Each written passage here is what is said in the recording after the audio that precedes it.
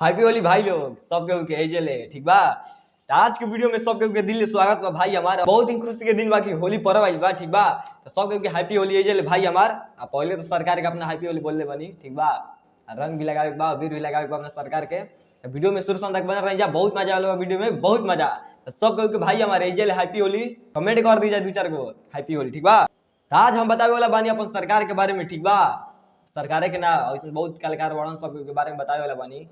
कैसे हमन के सब के तरफ से सब के भाई हमार हैप्पी होली शुभकामना ठीक बा। तो हैप्पी होली के ढेर सारी शुभकामना बा भाई हमार। सारे भैया पर बात करल बानी ठीक बा।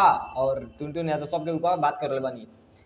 साला के मराव में लाग गेल बारे दिखाई देता भाई पीछे को पड़ता आराम सब साइड दिखाई नहीं के दे ठीक बा। दिखा देता नहीं पहुंच देता ठीक बा। चल वीडियो बना रही जा, भागम जा मत।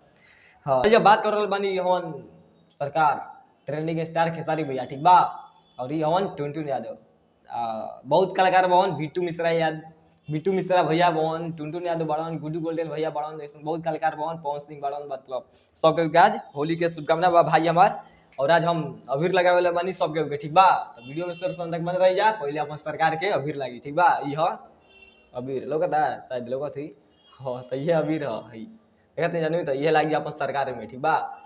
का खेसारी भैया लगा दी अबीर बताओ। तो खेसारी भैया के पहले अबीर लागी। हाँ देखते जा ये अबीर है ठीक बा। लगता देखो तनु लागी खेसारी भैया में। हाँ तो अब टुनटुन भैया में। तो ये बिट्टू मिश्रा भैया हवन ठीक बा। बहुत अच्छा सिंगर हवन। आरजेडी के सपोर्ट करलन, गाना भी अच्छा गाविलन ठीक बा। और टुनटुन भैया और गुड्डू गोल्डन भैया सब के हैप्पी होली देख जाए जे सोम अबीर लगा देता नहीं ठीक बा।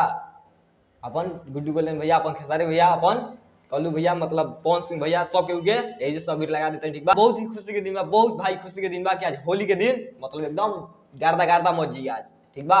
और के होली आज मनावता और के होली काल मनेले बा हमारा कमेंट में बता दी ठीक बा।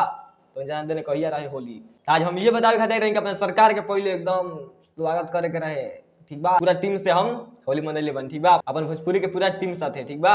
तो टुनटुन भैया, खेसारी भैया, अपन सरकार मतलब बिट्टू मिश्रा भैया और टुनटुन भैया और गुड्डू गोल्डन भैया मतलब बहुत अच्छा सिंगर बहन, प्रमोद प्रेमी भैया, अवधेश प्रेमी यादव, मतलब बहुत कलाकार बहन ऐसा मतलब सब होली के ढेर सारी बधाई देता नहीं भाई लोग ठीक बा। तो ऐसे ही वीडियो के सपोर्ट कर रही जा। और खेसारी भैया के बहुत सपोर्ट कर जाए, मतलब रोज गाना लेके आवत रहो। अब कल से फिर से बवाल मची वाला बा। हमको मारो, हमको जिंदा मत छोड़ो सालो। हम कोई मंदिर का घंटा है कि कोई भी आके बजा जाता है। अपने भाई के रोज ये रेलवे की हड़ताल कब खत्म होगी? और होली के दिन हुए आज देख लीजिए अबीर लागल बा दुनिया देने। अब सबके हम लगा देते हैं ठीक बा। ऐसे हैप्पी होली सब के साला की माराव पर पड़ जाता, बहुत दिक्कत हो जाता ठीक बा। तो तनी बढ़िया से ठीक बा। तो ऐसे प्यार से बात बने रही अपने खेसारी भैया के। और आज होली के दिन वो बहुत ही खुशी के दिन बा। तो ऐसे धड़ाक 3-4 गो कमेंट कर दीजा और लाइक कर दिया, सब्सक्राइब कर दीजा और कमेंट कर दीजा और फेसबुक पर फॉलो कर दीजा ठीक बा। तो बाकी अब हमारे दिन से पूरा सपोर्ट रही सब के भाई हमार आज होली के दिन में। के काल मनेले बा होली और के आज मनावता ठीक बा। बाकी चलता नहीं मिला फिर अगला वीडियो में और लेकर कुछ अलग अंदाज में चलता नहीं भाई। कल मिलम बवाल होके वाला बा कल सुबह में ठीक बा। अब सरकार के चलता नहीं भाई। जय भोजपुरिया समाज।